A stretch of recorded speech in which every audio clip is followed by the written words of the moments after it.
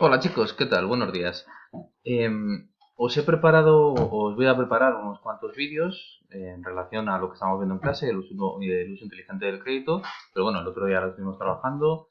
La idea es, con este vídeo o un par de ellos más, terminar de ver los conceptos relativos a este tema y que podáis preparar la actividad práctica obligatoria que tenéis colgada en el aula virtual y que me la entreguéis la semana que viene. Yo creo que vamos con tiempo, os podéis organizar. No os quiero robar mucho más tiempo del que se hubiera robado si hubierais venido a clase. Y lo único que vamos a hacer es repasar un poquito lo que ya hemos visto en clase, tratar de avanzar y luego posteriormente explicaros un poquito la actividad. Os recuerdo, os insisto, aparte de entregarme la actividad práctica obligatoria, luego también me tenéis que preparar y hacerme el cuestionario de autoevaluación. No sé si alguna actividad de aula que hubiera tenido previsto hacer con vosotros os la voy a mandar. En el caso de que lo hiciera, pues os mandaría un correo electrónico y lo único que haríamos sería pues ampliar un poco el contenido que hubiéramos visto ese día en clase con la actividad de aula. Bueno, recordad que en clase estuvimos viendo el ejemplo de Seseña. Estuvimos estudiando, estuvimos analizando que cuando no se hace un uso adecuado del crédito, pues podemos tener problemas, simplemente son problemas de deuda. Generamos más dinero a devolver del que somos capaces de crear por el trabajo que realizamos, ¿no? Así de esa forma lo que estuvimos viendo, bueno, os estuve explicando que en 2007 en España se dedicaban un montón de viviendas, muchas más de las que se necesitaban, y os puse el ejemplo de Seseña, que durante ese tiempo pues, se hizo una previsión de venta de viviendas, una previsión que no llegó a cumplirse, y bueno, pues todo aquello derivó en la crisis del año 2008. Os estuve explicando, estuvimos viendo que realmente lo que estaba sucediendo, lo que estaba ocurriendo es que, por un lado, los bancos concedían préstamos sin poner mucho cuidado o sin poner mucho miramiento a quién le estaban dejando el dinero, y que llegó un momento determinado en el cual la gente pues no podía devolver ese préstamo. Por un lado, el banco tenía la culpa por no haber informado debidamente a las personas que firmaban esos créditos hipotecarios. Por otro lado, las personas, por desconocimiento o simplemente porque no tenían la formación suficiente, no pedían al banco que les informaran debidamente. Y por otro lado, el Estado pues no intervino en su justa medida. De haberlo hecho, pues quizás en la situación del 2008 pues no se hubiera producido. Acordaros que estuvimos viendo la noticia que salía en el país. Luego estuvimos viendo unos cuantos vídeos de Jordi Évole, en el cual pues veíamos de forma irónica, sarcástica, cómo rellenar un pueblo fantasma. De alguna forma, lo que Jordi Évole trata de hacer en ese vídeo pues es justificar que, como no se ha hecho un uso adecuado de los recursos que disponíamos en un momento determinado, pues podíamos llenar el pueblo con maniquís, ¿no? Buscar una solución, aunque fuera de urgencia, aunque no fuera la más adecuada, pero de alguna forma justificar. Bueno, en este gráfico lo que tenéis es la evolución del precio de la vivienda. Aquí tenéis un momento donde alcanza un máximo, aquí tenéis el precio de la vivienda en la actualidad, y simplemente os pongo este gráfico pues para que veáis que cuando no se hace un uso adecuado de las cosas, cuando basamos el crecimiento o todo lo que pretendemos alcanzar en un momento determinado, lo basamos en expectativas, llega un momento determinado que esas expectativas al final tienden a normalizarse, esas expectativas al final tienden a caer, y ahora mismo tenemos un precio de la vivienda que no es el que teníamos en este momento. No es el más alto, es el más bajo, es la situación que tenemos que tener, pero está claro que la situación que teníamos en el 2008 no es la situación que tenemos a día de hoy. Bien, aquí tenéis a nuestro amigo Homer. Tenemos en un lado al angelito bueno y el otro lado al angelito malo, y la moraleja de toda esta historia es que durante la etapa anterior a la crisis, miles de empresas y ciudadanos se sobreendeudaron. Yo no digo que la culpa sea de los ciudadanos, simplemente digo que es un acto de responsabilidad compartida. Los bancos no informaron y además el Estado no intervino de la forma adecuada. A día de hoy todavía se sigue digiriendo este crédito, simplemente por poner a nuestra disposición una serie de recursos y hacer un uso inadecuado de ellos por parte de empresas, bancos, consumidores, especuladores y Estado. La conclusión es que debemos utilizar el crédito, lo que ya hemos visto, en su justa medida. En este tema estamos repasando todo lo que hemos visto anteriormente. De alguna forma tratamos de cerrar todo lo que hemos aprendido al hacer un presupuesto, todo lo que hemos aprendido al ahorrar, todo lo que hemos aprendido al calcular cuánto vale el dinero con el paso del tiempo, recordar los tipos de interés y recordar cómo actúa la inflación. Y ahora simplemente lo que estamos haciendo es tratar de cerrar todos esos conceptos. ni más ni menos que lo que vimos en clase. Es decir, cuando yo voy a pedir dinero, cuando yo voy a pedir un préstamo, ¿realmente necesito realizar el gasto? Tengo que estudiar, lo tengo que meditar y lo tengo pues, que evaluar. De alguna forma lo que tenemos que hacer es tomar perspectiva de lo que vimos en el primer tema de la asignatura y tenemos que analizar nuestras necesidades. ¿Os acordáis? La pirámide de Maslow, en la parte de abajo teníamos las necesidades fisiológicas, en la parte de arriba teníamos todas las que estaban relacionadas con la autorrealización y por el medio vamos cubriendo pues una serie de necesidades. Tenemos que ver si realmente el dinero que vamos a pedir, si realmente va a cubrir una necesidad y si no queda otra forma de hacerlo, ¿vale? Si realmente es algo necesario e imprescindible. Lo segundo, claro, puede ser muy imprescindible, puede ser muy necesario, pero no lo podemos permitir. Es decir, ¿vamos a poder pagar ese crédito que estoy pidiendo? Para esto ya hemos estudiado en el tema 4, sobre todo, bueno, más que en el tema 4, cómo funcionan las empresas, lo que estudiamos fue en el tema 5, cómo hacer un presupuesto, ¿vale?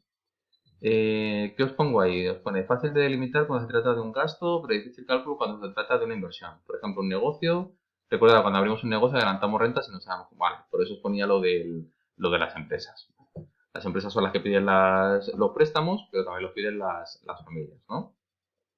Y lo que es importante es tener claro que a la hora de poder pedir un préstamo, a la hora de poder pedir un crédito, a la hora de saber si vamos a poder devolverlo o no, deberíamos de hacer un presupuesto. Deberíamos elaborarlo y posteriormente determinarlo. Es una cuestión de necesidades y es una cuestión de ordenar dichas necesidades. ¿Qué es lo que realmente es importante y qué es lo que no es importante? Poner en esa ecuación lo que es importante y quitar de esa ecuación lo que realmente no es importante, lo que no es. Y por último, tenemos que entender cuáles son las condiciones del crédito. Lo decía en clase, o lo vuelvo a repetir ahora, y es una cosa que siempre tenemos que tener muy clara. Ya no es simplemente cuestión que sea algo que vemos en esta asignatura. Ya tiene que ser algo que vosotros mismos el día de mañana tenéis que llevar grabado a fuego. El día de mañana, cuando vayáis a pedir un préstamo, cuando vayáis a hablar con un banco, cuando vayáis a hablar con una entidad de aseguradora, cualquier cosa, lo que tenéis que hacer es preguntar. Y después de haber preguntado, volver a preguntar. Y si no queda algo, volvéis a preguntar. Son ellos los que están haciendo negocio con lo que vosotros necesitáis. Por tanto, es imprescindible que sepáis en todo momento que estáis contratando. ¿Cuál es la finalidad de lo que estáis contratando? ¿Cuál es el objeto de lo que estáis contratando? Y sobre todo, ¿cuánto me cuesta lo que estoy contratando? ¿Y qué condiciones o qué circunstancias se pueden dar en base a que eso genere un coste según lo que yo estoy contratando? ¿Vale? Acordaros, en el tema 6 vimos la tasa anual equivalente, es decir, no es la tasa anual española, como me habéis puesto algunos de vosotros en el examen, y vimos también la que es la comisión de apertura. Recordar que no es lo mismo el tipo de interés nominal que la tasa anual equivalente. Lo que realmente te cobra un banco, lo que finalmente te cobra un banco es la tasa anual equivalente. Es ahí donde están los intereses y es ahí donde está el dinero que vamos a tener que pagar una vez que nos han dejado un préstamo. Y también os puse el ejemplo de la tarjeta revolving, que en este tema voy a volver a recuperarlo, os voy a poner un esquemita donde vais a ver cómo se van duplicando, cómo se van acumulando esos gastos, simplemente porque cuando llega el momento de tener que pagar ese dinero que tengo metido dentro de esa tarjeta, decido aplazarlo un poquito más. Entonces, al aplazarlo, el banco te dice, sí, sí, no hay ningún problema, yo te lo aplazo. Encantado de la vida. Lo que ocurre es que si yo te lo aplazo, te voy a tener que cobrar un tipo de interés. ¿Veis?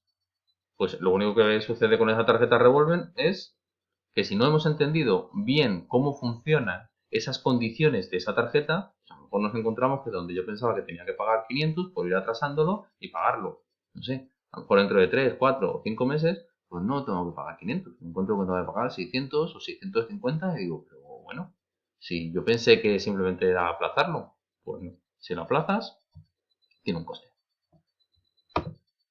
Un último recordatorio. Un crédito no es dinero extra para mejorar nuestro nivel de vida. Bien, sino dinero que vamos a disfrutar hoy y que tiene un coste, el tipo de interés. Por eso la importancia de saber si lo necesitamos o no. Entender que tiene un coste, preguntar y volver a preguntar, etcétera, etcétera, etcétera. Vuelvo a recordar, cuando accedemos a un crédito pagamos intereses y comisiones. Fenomenal. Debemos preguntar al banco. Tenemos que tener muy claro qué es aquello que vamos a devolver. Y el incumplimiento de un contrato financiero, en este caso de un préstamo, tiene consecuencias. Aquí se me ha ido la S, perdonad chicos, de un préstamo. Tiene consecuencias. Por un lado, ser declarados como morosos y por otro, que nos embarguen algún bien. ¿Es injusto? ¿Es justo? Pues simplemente lo que trato de explicaros aquí es que cuando firmamos un contrato, cuando firmamos un crédito, cuando pedimos dinero prestado, tiene unas consecuencias. Firmamos un contrato y ese contrato tiene unas cláusulas. Y tenemos que entender muy bien lo que nos dicen esas cláusulas. Y tenemos que entender también que cuando no podemos pagar un dinero, pues pasamos a una lista de morosos. A día de hoy en España esa lista de morosos está constituida fundamentalmente por empresas y por algunos empresarios, y la idea de nuestro gobierno es que esa lista de morosos se haga extensible a toda la ciudadanía. Es decir, que se haga público que una persona debe dinero. Y por otro lado, que nos embarguen algún bien, que nos quiten algo que consideramos nuestro. Por ejemplo, que perdamos la casa, por ejemplo, que perdamos un coche. Aquí es donde a lo mejor el Estado debería de intervenir y poner unos límites o fijar unos máximos o de alguna forma establecer un marco en el cual nosotros entendamos mejor cuáles son las consecuencias de pedir ese dinero prestado al banco. Pero lo que sí que está claro es que a día de hoy cuando firmamos un préstamo, cuando firmamos un crédito, cuando pedimos un dinero que luego posteriormente tenemos que devolver, tenemos que tener muy claras cuáles son las consecuencias, qué es lo que sucede por por tener ese dinero y por no poder pagarlo a tiempo. El último día de clase estuvimos viendo en la pizarra, aunque teníais la presentación, lo que pasa es que no se veía bien por la luz, teníamos que una operación de préstamo es un contrato por el cual una entidad, un banco, presta un dinero a una persona. Es decir, la entidad financiera es el prestamista, es el que da el dinero, entrega el dinero a una persona que se convierte en prestatario, con la obligación de que la devuelva y abone los intereses pactados y los gastos derivados de la operación. Fácil. El coste total a devolver de un préstamo será el capital prestado, más los intereses, más las comisiones, más otros gastos. Por eso digo que es muy importante preguntar, preguntar y volver a preguntar. Es decir, cuando nos prestan un dinero, no se trata de devolver solamente ese dinero. Hay que devolver los intereses, que normalmente están asociados, recordad, al riesgo y al plazo. Cuanto mayor es el riesgo de devolver un préstamo, mayor es el tipo de interés. Cuanto mayor es el plazo para devolver ese dinero que me han prestado, mayor es el tipo de interés. Luego, por otro lado, me cobran una serie de comisiones. Vimos la comisión de apertura, ¿os acordáis? Cuando estuvimos estudiando la tasa anual equivalente. Y luego teníamos otra serie de gastos. Otros gastos de gestión, de administración, de apertura de la línea, mil cosas. ¿Es justo? ¿Es injusto? Es lo que vuelvo a repetir. Seguramente muchas de esas cosas que nos cobra el banco están muy por encima de lo que deberían de cobrarnos. Pero ellos lo hacen si nosotros no preguntamos. Y si nosotros no nos informamos debidamente, no podemos decir que sí o no podemos decir que no. O no podemos buscar alternativas en otro sitio para ver si realmente todo el mundo me cobra ese gasto o hay algún banco que no lo haga. ¿Entendéis? Por eso es importante preguntar, preguntar y después de preguntar, volver a preguntar. Mirad, un préstamo se compone fundamentalmente de, primero, el dinero que se solicita. Eso se va a conocer y es importante que lo apuntéis porque son de esas palabras que luego, posteriormente, a mí me gusta utilizar en los comentarios de texto que hacemos. La cantidad que se solicita es el importe del préstamo, es el dinero que nos van a dar. Se conoce como capital o nominal. Es decir, ese dinero que me han prestado, por ejemplo, 10.000 euros es lo que tengo que devolver. La cantidad efectiva que se recibe, algunas ocasiones nos podemos encontrar con la sorpresa que algunos bancos empiezan a descontarnos gastos y comisiones iniciales. Es decir, sí, yo te abro un préstamo por 10.000 euros y resulta que en tu cuenta te aparecen 9.987,13. Y dices tú, bueno, ¿qué te ha pasado si yo he pedido 10.000? Sí, pero es que al abrir el préstamo pues existe una serie de gastos, unas comisiones iniciales. Con lo cual, de entrada, ya no estás recibiendo 10.000 euros, que sería el capital o el nominal, sino que estás recibiendo una cantidad a la que han descontado unos gastos y unas comisiones iniciales. Luego, posteriormente, tienes el plazo de amortización.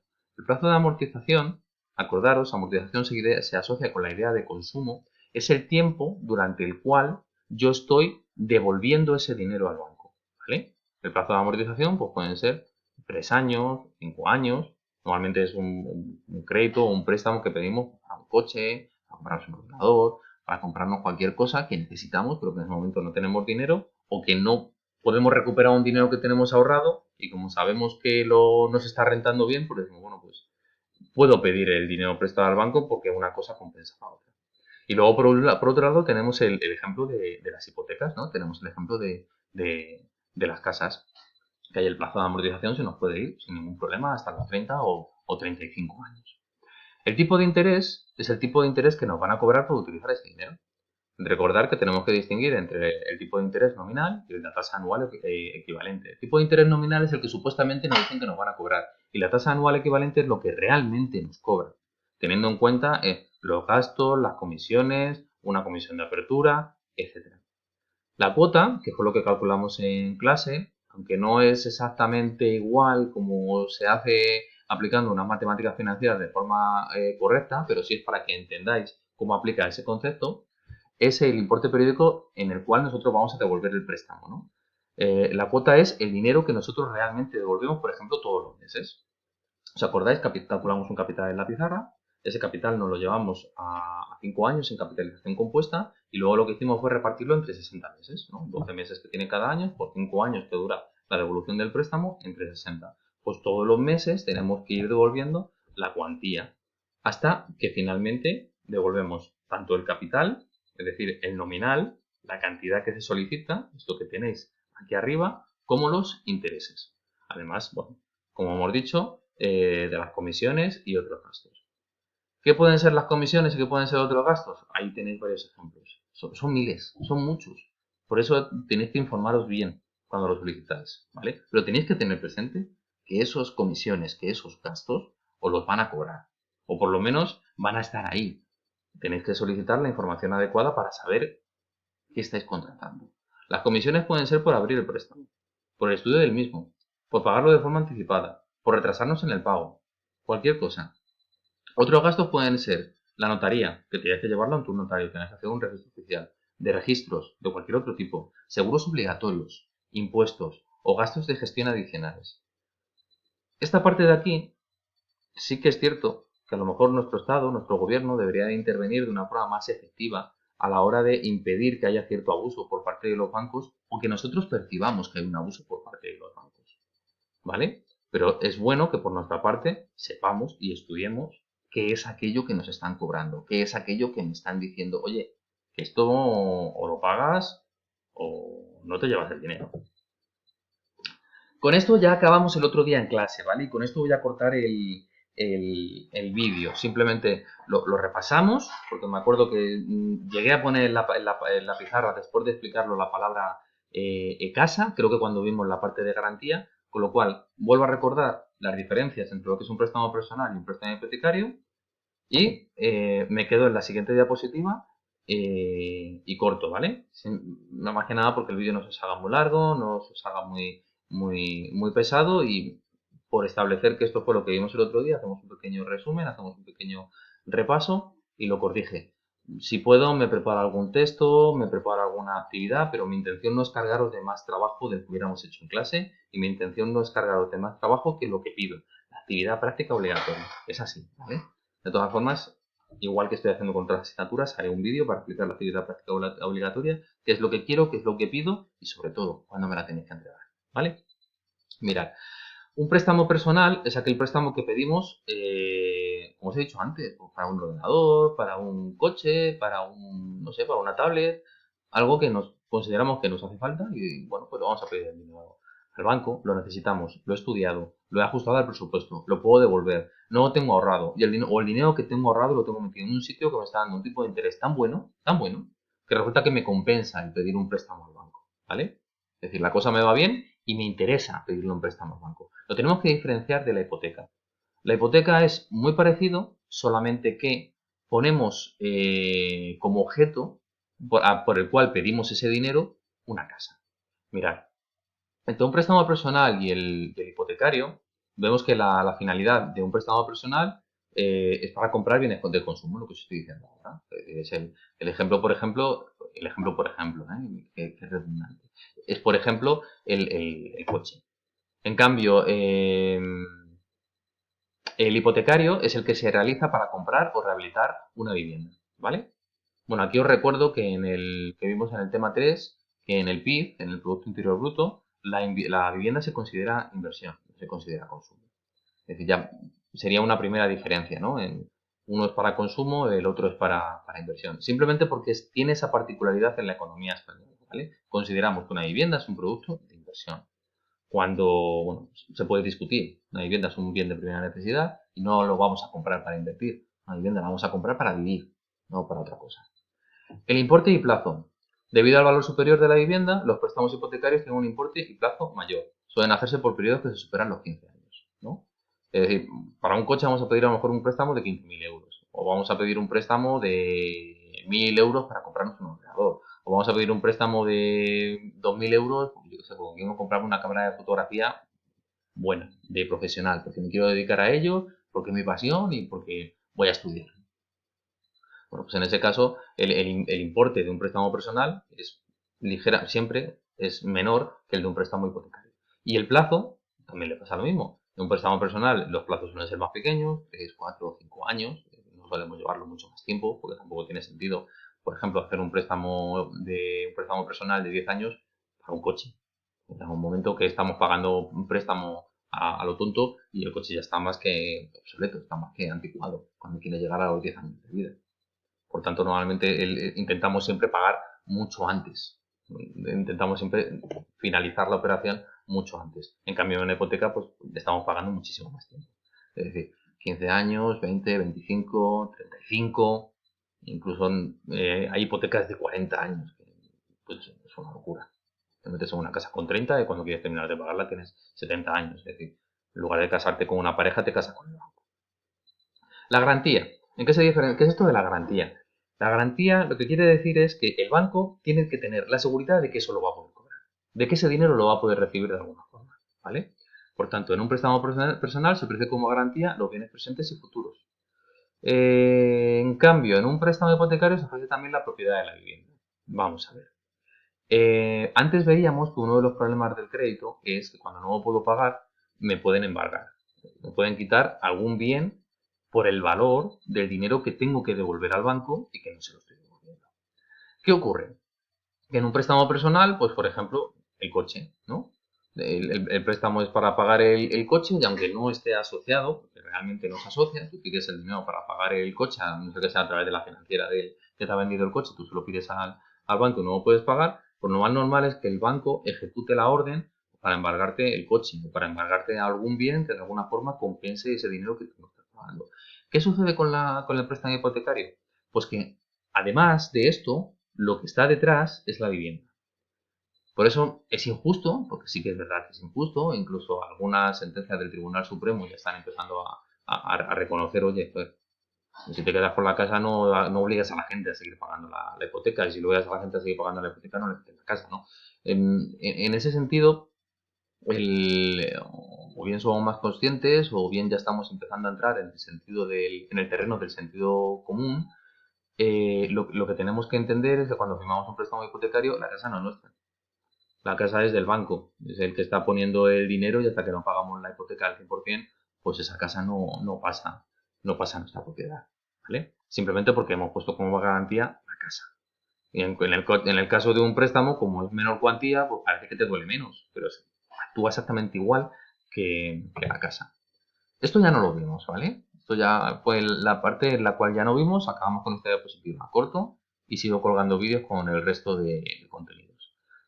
El tipo de interés en el préstamo hipotecario, como ponemos la garantía de la vivienda como garantía, el tipo de interés suele ser algo más bajo que en un préstamo personal, que ponemos como garantía por los bienes presentes y futuros. Es decir, el banco considera que la casa, por X o por B, aunque no es la situación que tenemos a día de hoy, pero sí es la situación que ha venido estudiando la literatura económica hasta hace relativamente poco tiempo, considera que la vivienda, pues al ser un bien de inversión, fácilmente se puede volver a vender en el mercado y por tanto el tipo de interés que te cobro por tener un préstamo hipotecario pues es ligeramente inferior al préstamo personal. El estudio inicial. En un préstamo con una cuota mensual de 700 euros para alguien que tiene unos ingresos netos mensuales de 2.600 se calcula una relación del 26,9%. ¿Esto qué significa? Que os estoy contando aquí. Porque está claro que aquí os estoy contando una relación, pero no os estoy hablando de la diferencia con el patrimonio, con la hipoteca, ¿vale? No os estoy hablando de la diferencia con la hipoteca. Fijaros que aquí no estoy hablando de diferencias. Mirad, aquí lo que estamos hablando, y yo creo que funciona para los dos casos... Ah, ya sí, ya me acuerdo. Mirad, los números que tenéis puestos ahí es para una hipoteca. Es decir, para una persona que una cuota en un préstamo, pero ahí estamos hablando de un préstamo hipotecario. Una cuota mensual de 700 euros y unos ingresos de 2.600 euros, se le calcula una relación del 26,9%. Vale.